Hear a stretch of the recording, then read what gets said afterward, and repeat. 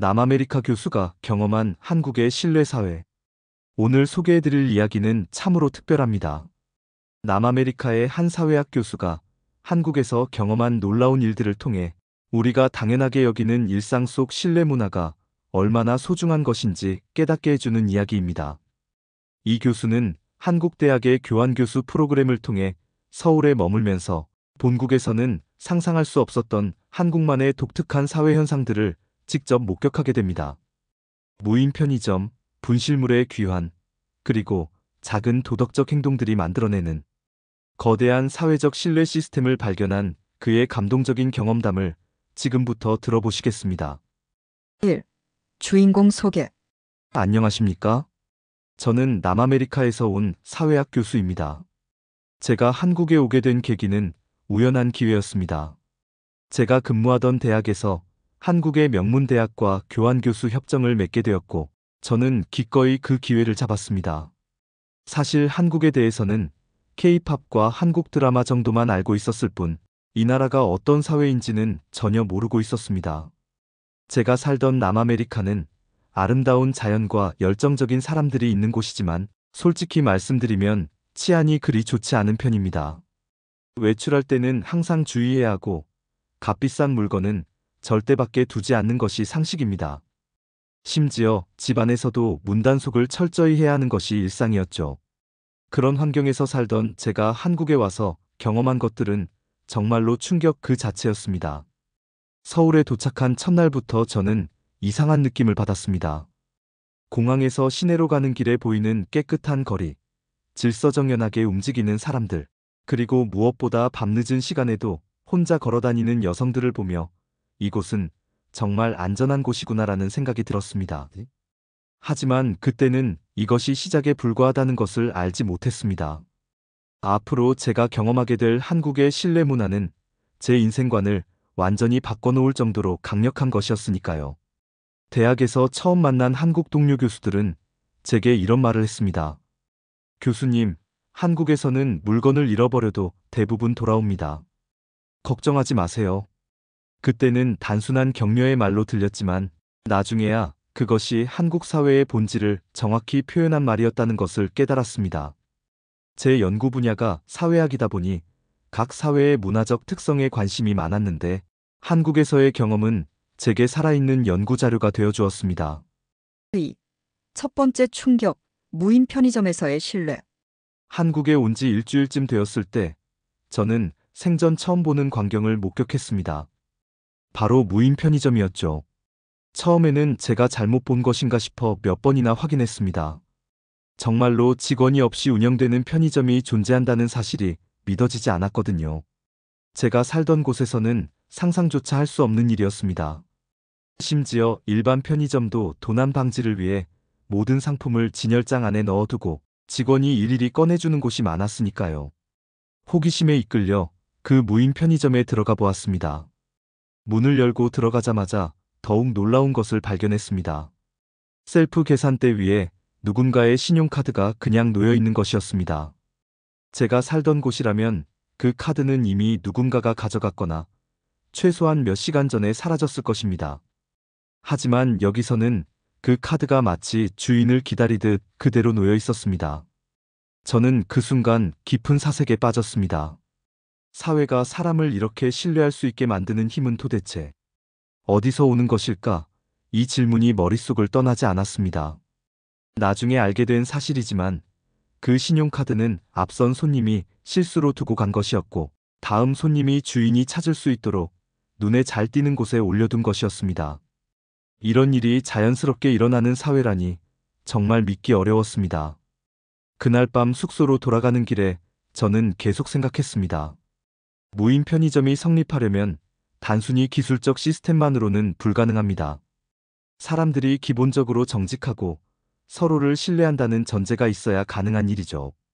그리고 더 중요한 것은 혹시 부정직한 행동을 하는 사람이 있더라도 그것이 사회 전체를 망가뜨리지 않을 만큼 소수라는 것입니다. 이는 제가 공부해온 사회학 이론으로도 설명하기 어려운 현상이었습니다. 제 동료 교수에게 이 경험을 이야기했더니 그는 웃으며 이렇게 말했습니다. 교수님, 이제 겨우 시작입니다. 한국에서 더 오래 살아보시면 더 놀라운 일들을 많이 경험하게 될 거예요. 그때는 그 말의 의미를 완전히 이해하지 못했지만 시간이 지나면서 그 말이 얼마나 정확한 예언이었는지 깨닫게 되었습니다. 3. 우산 사건, 작은 도덕의 차이. 한국에 온 지 한 달 정도 되었을 때 장마철을 맞았습니다. 연일 내리는 비 때문에 우산이 필수품이 되었죠. 어느 비 오는 날 한국인 동료 교수와 함께 점심을 먹으러 나갔는데 그때 우산에 관한 흥미로운 이야기를 들었습니다. 그 교수는 이렇게 말했습니다. 한국에서는 가격이 싼 우산은 종종 바뀌어서 집으로 가지만 비싼 우산을 잊어버리는 경우는 거의 없어요. 처음에는 그 말의 의미를 정확히 이해하지 못했습니다. 하지만 며칠 후 직접 경험해 보니 그 말이 무엇을 의미하는지 알 수 있었습니다. 편의점 우산 꽂이에 제 우산을 꽂아두고 들어갔는데 나올 때 보니 제 우산은 없고 비슷한 다른 우산이 있었습니다. 하지만 신기한 것은 그 우산도 제 것과 비슷한 가격대의 제품이라는 점이었습니다. 고의적인 절도라기보다는 실수로 가져간 것 같았죠. 이 경험은 저에게 큰 깨달음을 주었습니다. 제가 살던 남아메리카에서는 우산, 자전거, 심지어 작은 화분까지도 밖에 두면 금세 사라지는 것이 일상이었습니다.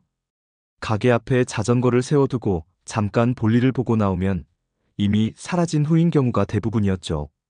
그래서 모든 것을 철저하게 잠그고 항상 경계하며 살아야 했습니다. 하지만 한국에서는 비싼 물건일수록 오히려 더 안전하다는 역설적인 상황을 목격한 것입니다. 며칠 후 저는 조금 비싼 우산을 하나 샀습니다. 그리고 의도적으로 여러 곳에 우산 꽂이에 두고 다녔습니다. 놀랍게도 그 우산은 한 번도 사라지지 않았습니다. 심지어 한 번은 우산을 깜빡하고 식당에 두고 왔는데 이틀 후에 다시 가보니 그대로 있었습니다. 직원에게 물어보니 혹시 찾으러 올까봐 그대로 보관해뒀다고 하더군요. 이런 작은 경험들이 쌓이면서 저는 깨달았습니다. 한국 사회에서는 작은 도덕들이 사회 전체의 신뢰 수준을 만들어낸다는 것을요. 고가의 물건을 훔치지 않는 것, 실수로 가져간 것은 비슷한 것으로 대체하려는 양심, 분실물을 보관해두는 친절함 등 이 모든 것들이 모여서 거대한 사회적 신뢰 시스템을 구축하고 있었습니다. 이는 법이나 제도로 강제할 수 있는 것이 아니라 사람들의 내면화된 도덕의식에서 나오는 것이었습니다. 그날 밤 저는 제 연구 노트에 이렇게 적었습니다. 한국 사회의 신뢰는 거창한 것에서 나오는 것이 아니라 우산 하나를 대하는 태도, 같은 일상적인 도덕성에서 시작된다. 4. 무인가게의 경고장. 수치심의 사회. 한국 생활 2달째, 저는 학생들과 함께 캠퍼스 근처의 무인 아이스크림 가게를 방문했습니다. 학생들이 교수님, 재미있는 곳을 보여드릴게요라며 안내한 곳이었죠. 그런데 그곳에서 저는 한국 사회의 또 다른 특징을 발견하게 되었습니다. 가게 입구 유리창에 붙어 있는 한 장의 종이였습니다. 그 종이에는 흐릿한 CCTV 화면 캡처 사진과 함께 이런 글이 적혀 있었습니다. 아이스크림을 훔쳐간 분입니다. 제보 전화 010-0000-0000번으로 연락주세요. 처음에는 그저 일반적인 도난 신고 포스터라고 생각했습니다. 하지만 학생들의 반응을 보니 그게 아니었습니다. 학생들은 그 사진을 보며 저런 부끄럽겠다라고 했고 또 다른 학생은 동네에서 유명해졌겠네라고 말했습니다. 그때 저는 한국 사회에서 범죄 예방의 핵심이 무엇인지 깨달았습니다. 단순한 법적 처벌에 대한 두려움이 아니라 공동체 안에서 느끼는 수치심이었습니다. 그 CCTV 사진이 가진 힘은 법정에서의 증거 능력이 아니라 동네 사람들에게 부끄러운 사람으로 알려질 수 있다는 사회적 압력이었던 것입니다. 제가 살던 곳에서는 범죄자의 신원이 공개되어도 크게 신경 쓰지 않는 사람들이 많았습니다. 하지만 한국에서는 작은 절도라도 공개되면 그 사람이 공동체에서 받을 시선의 부담이 상당히 크다는 것을 느꼈습니다. 이는 개인주의가 발달한 서구 사회와도 다른 한국만의 독특한 문화였습니다. 며칠 후 그 가게를 다시 지나갔을 때 그 경고장은 사라져 있었습니다. 아마도 문제가 해결되었거나 충분한 경고 효과를 받기 때문일 것입니다. 하지만 더 중요한 것은 그 이후로 그 가게에서 도난 사건이 거의 일어나지 않았다는 점입니다. 한 번의 공개적인 수치가 전체 공동체에게 강력한 교훈이 되었던 것이죠. 이 경험을 통해 저는 한국 사회가 수치심의 사회라는 것을 이해하게 되었습니다. 여기서 말하는 수치심은 부정적인 의미가 아니라 공동체의 일원으로서 가져야 할 책임감과 연결된 건전한 감정이었습니다. 남에게 피해를 주면 부끄럽다고 느끼는 마음, 공동체의 규범을 어기면 미안하다고 생각하는 마음이 한국 사회의 신뢰를 만들어가고 있었습니다. 그날 저는 학생들에게 이렇게 말했습니다. 여러분이 당연하게 여기는 이 문화가 얼마나 소중한 것인지 아시나요? 이것이야말로 현대사회의 기적입니다. 또, 카페와 영화관에서의 경험. 돌아오는 물건들. 한국 생활 3개월째, 저에게는 물건이 돌아오는 신비로운 경험들이 연이어 일어났습니다. 첫 번째는 평소 자주 가던 커피숍에서였습니다. 그날 오후 연구실에서 급한 일이 생겨 서둘러 카페를 나서면서 테이블에 핸드폰을 두고 왔었습니다. 학교에 도착해서야 핸드폰이 없다는 것을 깨달았죠. 제가 살던 곳에서는 이미 포기해야 할 상황이었습니다. 하지만 혹시나 하는 마음으로 카페에 전화를 걸었습니다. 안녕하세요. 혹시 핸드폰 하나 맡겨놓은 것 없나요? 아, 교수님이시군요. 네, 여기 있습니다. 카운터에서 보관하고 있어요. 직원의 목소리에서 당연하다는 듯한 톤을 들었습니다. 마치 분실물을 보관하는 것이 너무나 자연스러운 일인 것처럼 말이죠. 카페로 돌아가니 직원은 웃으며 다행히 찾으러 오셨네요. 저희가 계속 보관하고 있었어요 라고 말했습니다. 두 번째 경험은 영화관에서였습니다. 영화를 보기 위해 키오스크에서 신용카드로 결제를 했는데 카드를 뽑는 것을 깜빡하고 그대로 영화를 보러 들어갔습니다. 2시간짜리 영화를 다 보고 나와서야 카드가 없다는 것을 깨달았죠. 급하게 키오스크로 달려가 보니 놀랍게도 제 카드가 그대로 꽂혀 있었습니다. 2시간 동안 수많은 사람들이 그 키오스크를 사용했을 텐데도 말입니다. 근처에 있던 직원에게 물어보니 더욱 놀라운 이야기를 들었습니다. 손님들이 카드를 두고 가시면 저희가 보통 수거해서 보관해 두거든요. 그런데 이번에는 저희도 미처 확인하지 못했네요. 다행히 아무도 건드리지 않으셨나 봐요. 그 직원은 마치 자신들의 실수인 양 미안해했지만 저는 오히려 감동했습니다. 2시간 동안 그 카드를 본 모든 사람들이 건드리지 않았다는 사실이 더욱 놀라웠거든요.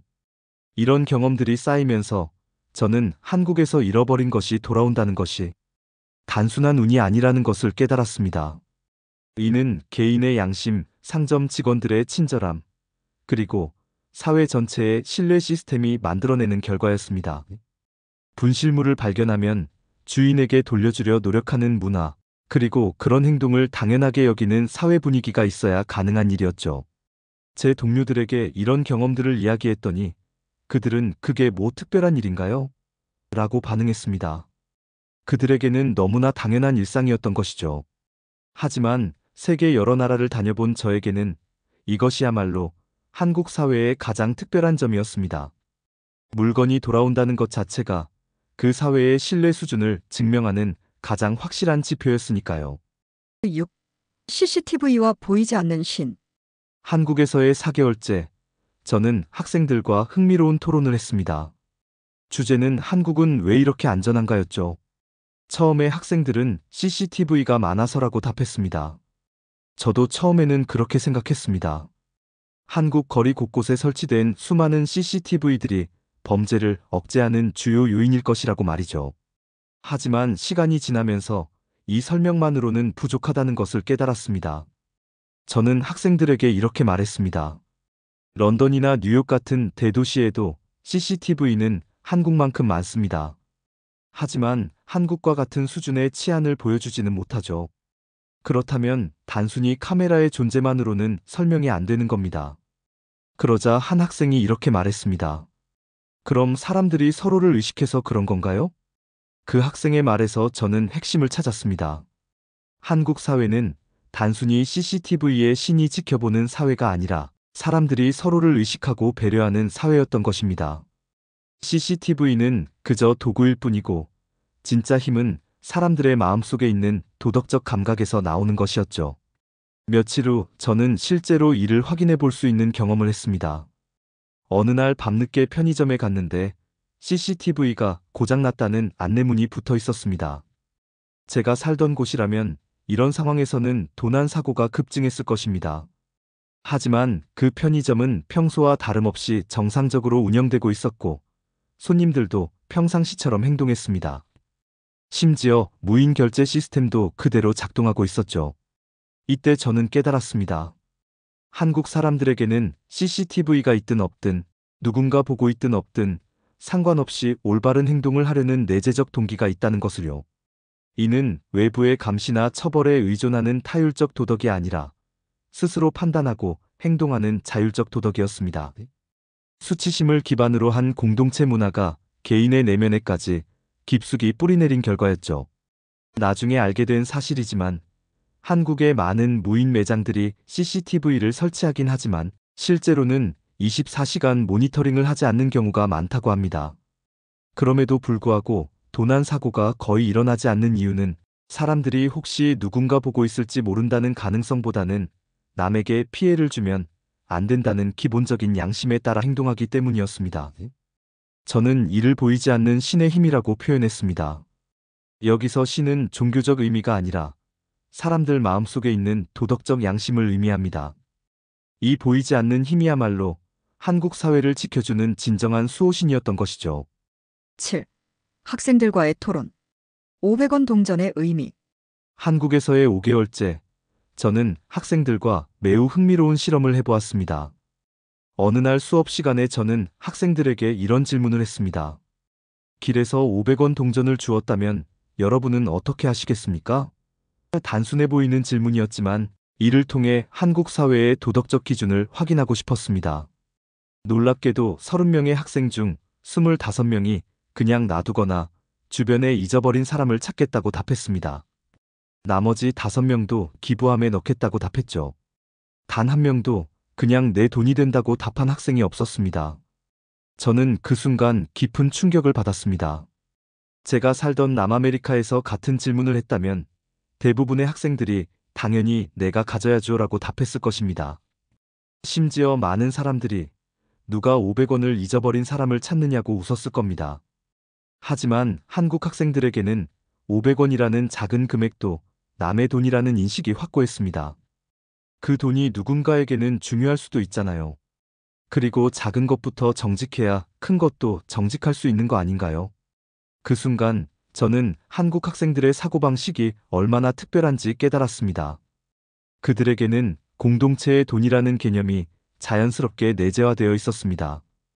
개인의 이익보다 공동체의 질서를 우선시하는 가치관이 어린 나이부터 몸에 배어 있었던 것이죠.